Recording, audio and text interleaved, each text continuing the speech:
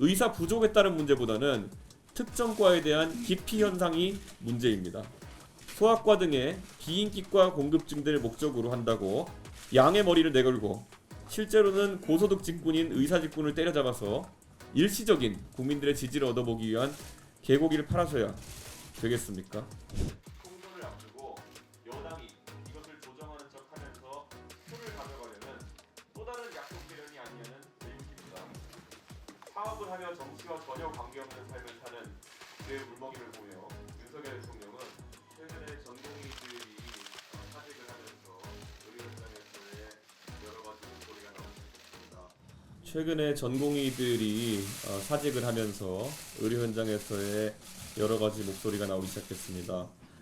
선거에서는 때로는 선을 넘는 공약이 나오기도 합니다.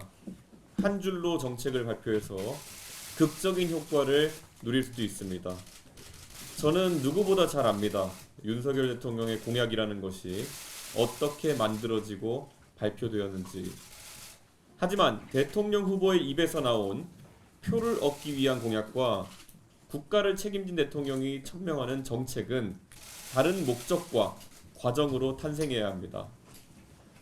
어제 한 지인으로부터 어머니가 암 조직 검사를 받아야 하는데 병원이 정상적으로 운영되지 않아 어떻게 해야 할지 모르겠다는 울먹임 섞인 전화를 받았습니다. 사업을 하며 정치와 전혀 관계없는 삶을 사는 그의 울먹임을 보며 윤석열 대통령은 본인의 선택이 개개인의 삶에 어떤 파급 효과를 낳을지 몰랐을 것이라고 생각합니다. 정부는 의료 현장을 이탈하는 선택을 하는 전공의들을 비판하는 국민들이 늘어나기를 바라고 있을 것입니다. 2022년 지지율 위기 속에서 국민적 지탄을 받던 특정 노동조합에 대한 적극적 대응이 해열제와 같은 효과를 낳았던 것을 기억하고 있을 것입니다. 가볍게 술 한잔 마시면서 심리적 고단함을 푸는 것이 매일 반복되다 보면 결국 알코올 중독에 이르게 되고, 그렇게 되면 정상적인 생활이 안 되고 폐인이 되는 것처럼 해열제에 대한 의존성이 과도해지면 안 됩니다. 파급 효과에 대한 진지한 고민 없이 터져나오는 좋아 빠르게 가식의 국가 운영은 국가를 피폐하게 만들고 있습니다. 몇 년간 이어지던 의대 증원에 대한 논의가 국회의원 선거를 2달여 앞두고 발표되는 것이 오비 일학입니까? 준비된 개혁이었습니까? 수능이 9개월도 남지 않은 시점에서 3,000명이던 의대 정원을 내년부터 2,000명 늘린다는 발표가 입시에 어떤 영향을 가져올지 모르는 것입니까?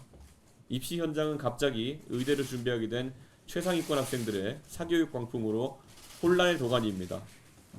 의사들의 반응이 특별한 것이 아닙니다.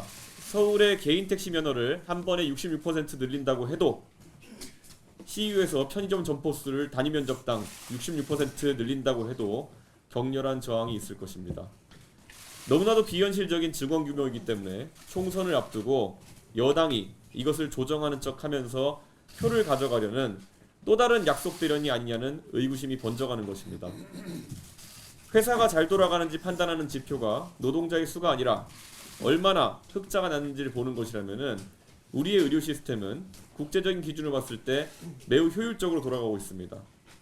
한국의 1인당 외래 진료 횟수가 15.7회로 OECD 1위라는 것은 우리의 의료 접근성이 뛰어나다는 것을 의미합니다.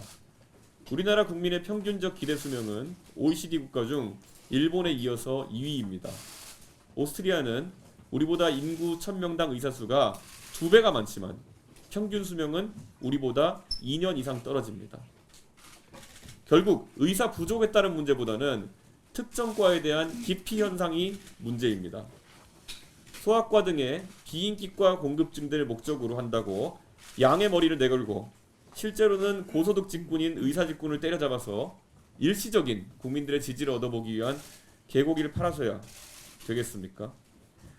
소아과가 없어서 저출산인 것이 아니라 저출산이기 때문에 현재 수가 체계에서 소아과를 개원할 동력이 생기지 않는 것입니다.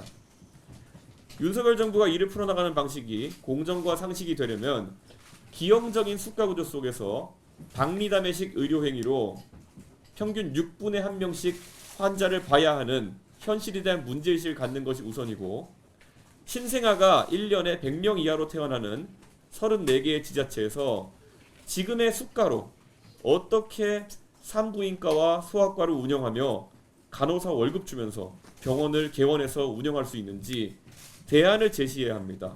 그래야 실질적으로 소아과와 산부인과의 공급을 늘릴 수 있습니다. 결국 수가구조의 개혁 외에는 답이 없습니다.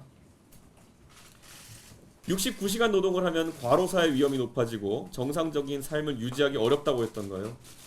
병원에서 수련을 받는다는 이유로 주당 69시간을 넘어서 이미 평균 77.7시간을 노동하도록 강제받는 전공의들을 보면서 그들의 노동 요건을 개선시킨다거나 전임의를 추가로 고용하도록 하는 정책을 고민하는 것이 정치이고, 코로나 때는 그들의 희생을 칭송에 맞이했던 정부와 정치권이 선거를 앞두고 그들을 희생양 삼으려고 하는 것은 이율배반적인 처사일 것입니다.